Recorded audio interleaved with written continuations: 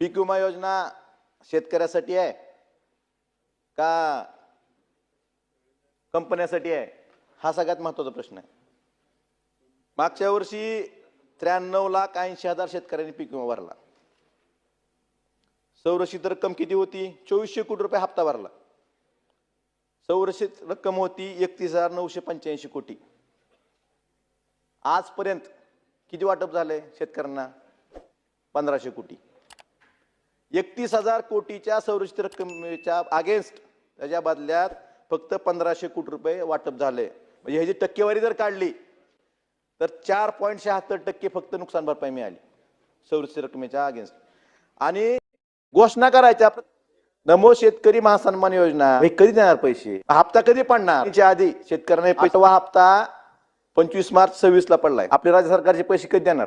पेरणी थांबवायची का तोपर्यंत? मग शेतकऱ्यांनी पाऊस लांबलाय म्हणून तुम्ही मदत लांबवली का? नमो शेतकरी योजना सांगितलं की आपण राज्य सरकार केंद्र सरकारप्रमाणे नमो शेतकरी योजनेत पण शेतकऱ्यांना पैसे देऊ.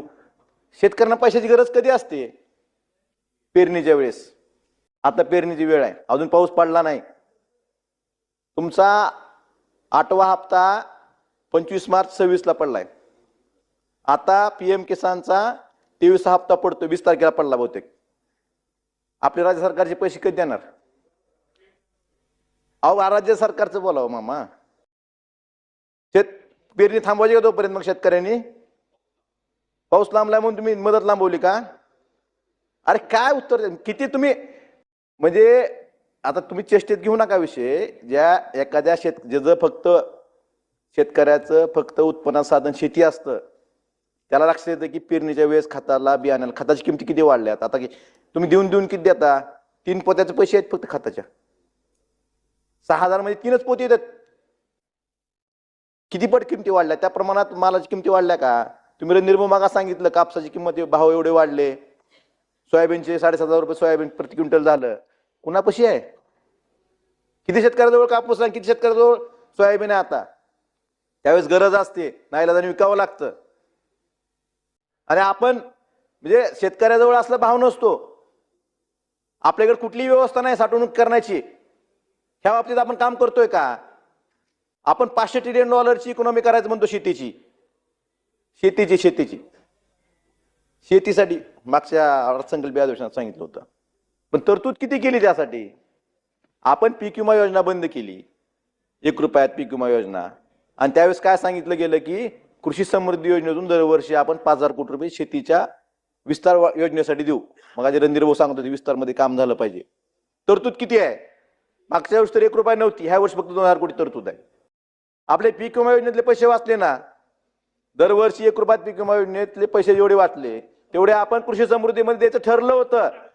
दरवर्षी 5,000 कोटी देऊ म्हणून सांगितलं होतं. दिले किती? 2,000 कोटी. ही वस्तुस्थिती आहे ना.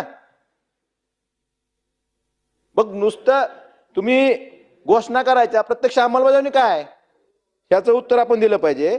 आणि नमो शेतकरी महासन्मान योजना, आता शेतकऱ्यांना पेरणीच्या वेळेस गरज असते पैशाची, मग कधी देणार पैसे?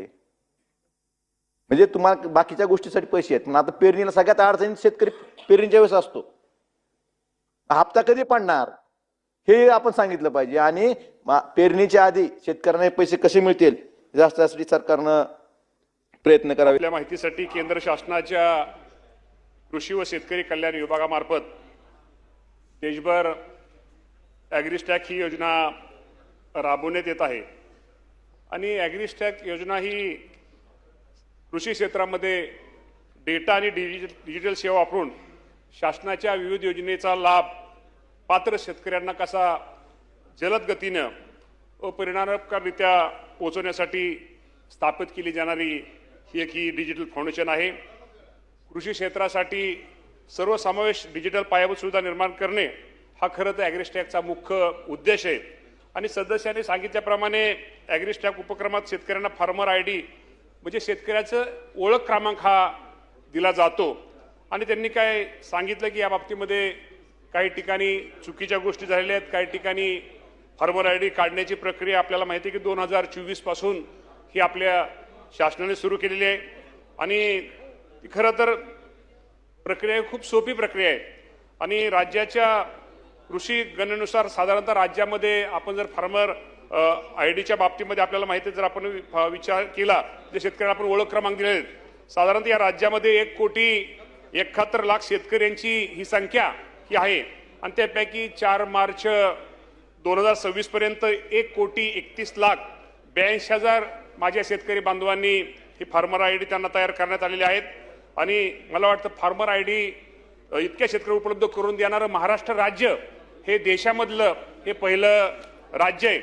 आणि सदस्यांनी जे काही सांगितलं की त्या बाबतीमध्ये निश्चित प्रकारे या बाबतीमध्ये केंद्र सरकारचं एक पत्र आपल्याला आलेलं की 25 ऑगस्ट 2025 रोजी आणि काही राज्यामध्ये या गोष्टी झाल्या. CSC किंवा सेवा केंद्राच्या संबंधित संस्थेमार्फत शेतकऱ्यांना फार्मर आयडीचे प्रत्यक्ष कार्ड दिसण्याचं आढळून आले. काही ठिकाणी फार्मर आयडी कार्ड असं करत येता येत नाही. परंतु मी आपल्या माध्यमातून मी सदस्यांना एवढं सांगतो की असं जर त्यांनी आपल्याला दाखवलं फार्मर आयडी कार्ड छापाई करून वितरित केलेल्या कुठलाही तक्रार जर आपल्याकडे सध्या प्राप्त झालेली नाही आणि या बाबतीमध्ये जर तक्रार प्राप्त झाली तर सामूहिक सुविधा केंद्र आपण ज्याला CSC फार्मर आयडी छापाई करून वितरित करण्यात आल्या अशा सामूहिक सुविधा केंद्रावरती कडक कारवाई केली. 25 मध्ये 116 कोटी रुपये दिले. 25-26 मध्ये अध्यक्ष महोदय परत 140 कोटी रुपये सानुग्रह आंदोलन शेतकऱ्यांना आपण दिले. तसे 26-27 पर्यंत आतापर्यंत आपण या योजनेमध्ये असं 27 कोटी आपण पैसे त्यांना भरीव मदत दिलेली आहे. मला आपल्याला सगळ्याला माहित आहे यामध्ये अनेक सदस्यांची एक भावना असायची, एक मागणी असायची, शेतकऱ्यांबरोबर या योजनेमध्ये शेतमजुरांचा सुद्धा समावेश झाला पाहिजे.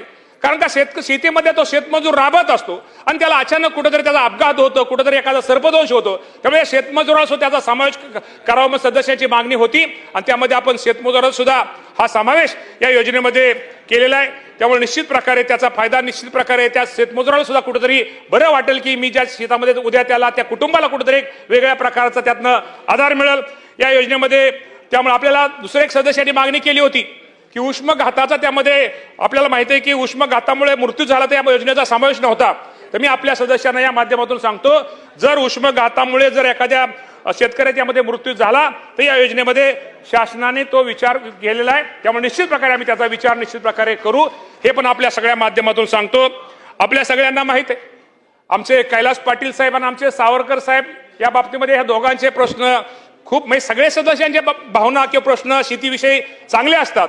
परंतु आपण जे जे काय प्रश्न मांडले आपल्याला माहित आहे की माझा हा शेतकरी हा अडचणीत आहे. माझ्या अडचणीत आलेल्या शेतकऱ्याला कुठेतरी मदत केली पाहिजे. राज्य सरकार तर मदत अनेक गोष्टीमध्ये राज्य सरकार मदत करते, अनेक बाबतीमध्ये मदत करते, अनेक योजनेच्या माध्यमातून मदत करते. तुम्ही PM किसानचं आपल्या सगळ्यांना माहित आहे की या योजने PM किसान सन्मान योजनेच्या निधीच्या बाबतीमध्ये आणि नमो आपली राज्याचे नमो शेतकरी ही महासन्मान योजनेच्या बाबतीमध्ये आतापर्यंत आपल्याला माहिती आहे की प्रति